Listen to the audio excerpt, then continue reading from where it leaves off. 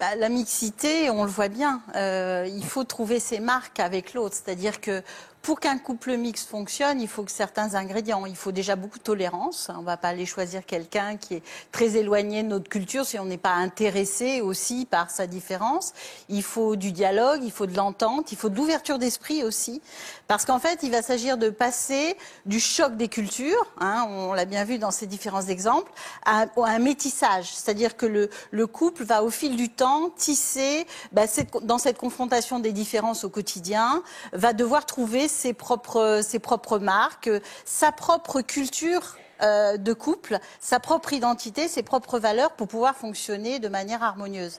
Alors c'est souvent des unions très très intenses, les couples mixtes. Moi, ceux que je rencontre, c'est souvent très explosif, mais c'est très enrichissant parce qu'effectivement, la différence nous fait avancer. On l'a bien vu, chacun va être bousculé dans ses codes, dans son fonctionnement aussi. Et puis l'autre va nous renvoyer au propre schéma de notre culture à nous. Donc ça va nous interroger aussi sur notre fonctionnement à nous. Exactement. Donc c'est souvent des unions intéressantes, pas forcément faciles à vivre, mais souvent elles ne sont pas faciles à vivre parce qu'il y a un accueil un peu mitigé de l'entourage et souvent des familles. C'est pas forcément évident pour les familles d'accepter les couples mixtes.